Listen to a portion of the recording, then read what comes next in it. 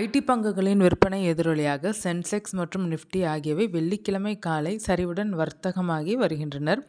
தகவல் தொழில்நுட்பத் துறையில் செய்யறிவின் வருகையால் ஏற்பட்டுள்ள பதற்றம் காரணமாக ஐடி பங்குகள் நேற்றும் இன்றும் அதிக அளவில் விற்கப்பட்டு வருகின்றனர். அமெரிக்க செய்யறிவு தொழில்நுட்ப நிறுவனமான அந்தோரோபிக்கின் புதிய ஏஐ தொழில்நுட்ப அறிமுகத்தால் ஐடி துறையில் மிகப்பெரிய சலசலப்பை உருவாக்கி இருக்கிறது. மற்ற ஏஐ தொழில்நுட்பங்களை விட அந்தோரோபிக்கின் புதிய ஏஐ துல்லியமாக வேலை செய்து முடிப்பதாக கூறப்படுகிறது.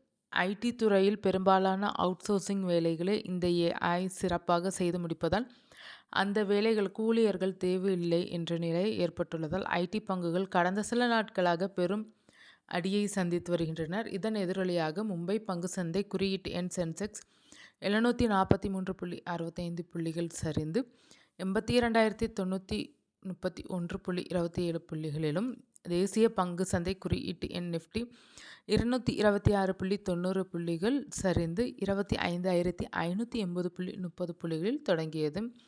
காலை 10 மணி நிலவரப்படி சென்செக்ஸ் 800 புள்ளிகள் சரிந்து 82,190 புள்ளிகளுடன் வர்த்தகமாகிறது. கிட்டத்தட்ட 1% அதிகமாக சரிவை சந்தித்துள்ளது.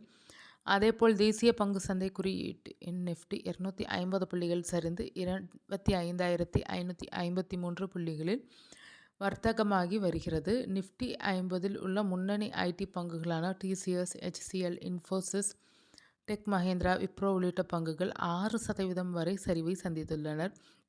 அப்போலோ, ஹெச்டிஎஃப்சி வங்கி, பாரத் ஏர்டெல், பாரத் ஸ்டேட் வங்கி, பஜாஜ் ஃபைனான்ஸ் தவிர மற்ற அனைத்து பங்குகளும் சரிவுடன் வர்த்தகமாகி வருகின்றன.